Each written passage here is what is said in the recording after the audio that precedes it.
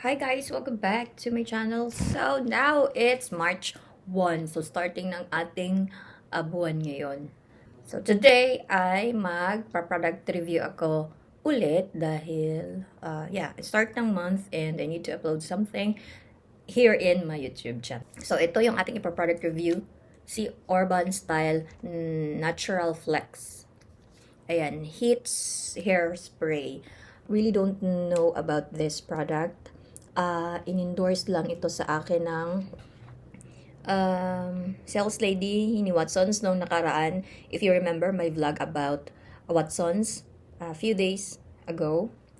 Nasa taas, ilalagay ko sa vlog. So, ayun. Ito yung nirecommend niya compare dun sa more cheaper product.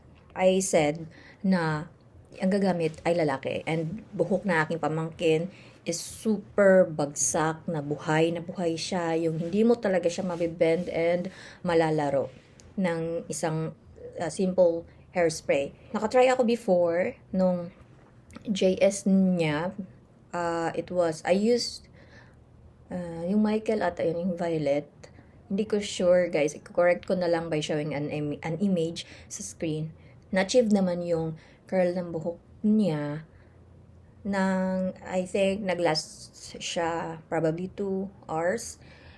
Oo, pag uwi ng pamangkin ko yung buhok niya is bumalik sa kanyang state of naturality. Pero makikita niyong may hair spray talaga kasi medyo basa siya tingnan. But okay naman na perform niya naman yung kanyang duty. So balik tayo dito. Papakita ko na lang din yung video. Na hinisprayhan ko yung buhok ng aking pamangkin gamit nito. Hindi siya tumalab. Nagmukhang basa lang yung kanyang buhok, and then wala talaga. Sabi ko sa seller na hindi ko naman ika-curl ang buhok ni Miles. Ipapatayo ko siya medyo, ipapa-volume ko. Kasi, syempre nga, yung buhok na is, hindi naman masyadong drop, but, nagbabouncy kasi sometimes. Tapos gusto ko, yung steady lang talaga. Tapos, may konting sinsui dyan. Hindi talaga. So, anyways, probably, gagamitin ko siya next time, this coming March 9, and sana magwo-work siya. Kung hindi worth it yung aking 699. 'Di ba? So siguro kailangan talaga ng tawag nito, yung kailangan ng init, kailangan ng hair iron, kailangan ng blower. But sa akin, hindi siya tumalab guys kasi hindi ko nga siya ginamitan ng mga merong init-init or something else. But, luckily, nakuha naman ng aking pamangkin. Yan, nakakuha ng title yung aking pamangkin. I think, nahakot niya for The Boys. 3 yung award na nakuha niya. Hindi nahakot.